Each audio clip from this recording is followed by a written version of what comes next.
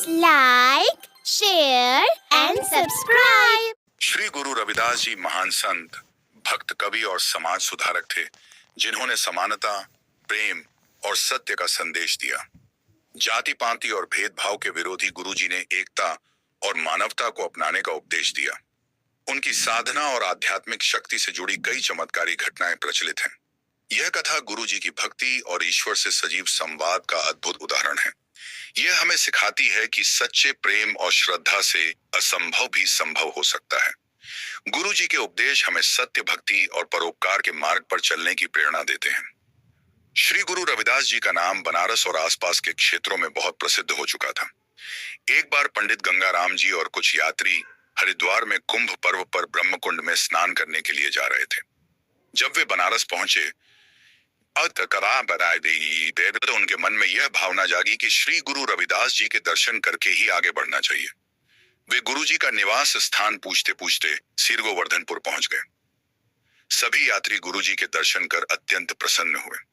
गुरु रविदास जी ने उनसे पूछा, पंडित जी, आप कहां जा रहे हैं? पंडित गंगाराम ने उत्तर दिया, हम हरिद्वार में कुंभ स्नान के लिए जा रहे हैं। गुरु रविदास जी ने उनसे कहा, माता गंगा जी के लिए मेरी ओर से यह कसीरा एक प्रकार की भेंट ले जाओ। इसे तभी देना जब माता गंगा स्वयं अपना हाथ निकालकर इसे स्वीकार करें, अन्यथा इसे मत देना। यात्रियों ने भेंट को सहर्ष स्वीकार किया और हरिद्वार की ओर बढ़ गए। जब वे हरिद्वार पहुंचे तो उन्होंने गंगा जी के तट पर स्नान किया। इसके बाद पंडित गंगाराम ने माता गंगा जी से प्रार्थना की, हे माता, श्री गुरु रविदास जी ने आपके लिए यह कसीरा भेजा है, कृपया अपना हाथ बाहर निकालें और इसे स्वीकार करें। जैसे ही यह शब्द बोले गए, गंगा जल से माता गंगा प्रकट हुई और अपना हाथ बाहर निकाला। पंडित गंगाराम ने वह भेंट माता गंगा के हाथ में दे दी। यह अद्भुत दृश्य देखकर वहां उपस्थित सभी लोग हैरान रह गए।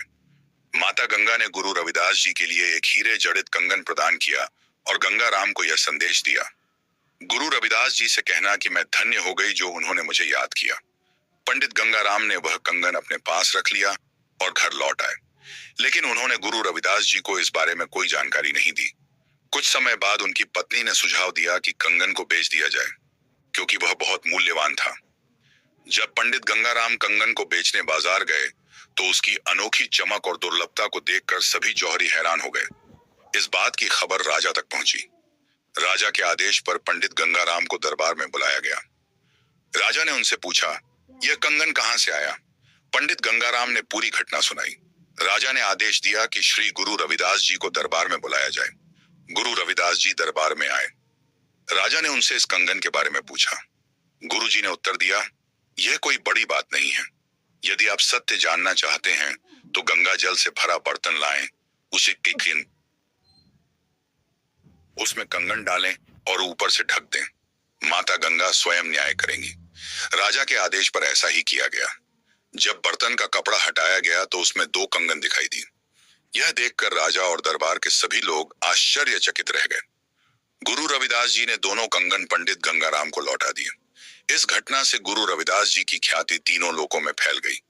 जो लोग पहले गुरु जी का विरोध करते थे, वे भी उनके भक्त बन गए। यह कथा हमें सिखाती है कि सच्चे संतों की कृपा और भक्ति से असंभव भी संभव हो सकता है। श्री गुरु रविदास जी का यश अनंत है। ऐसे और भी वीडियो देखने के लिए चैनल को सब्सक्राइब करें और बेल आइकन को ऑल पर रखें, जिससे आगे आने वाली सभी वीडियो का प्रसारण सीधा आपके चैनल पर हो। धन्यवाद।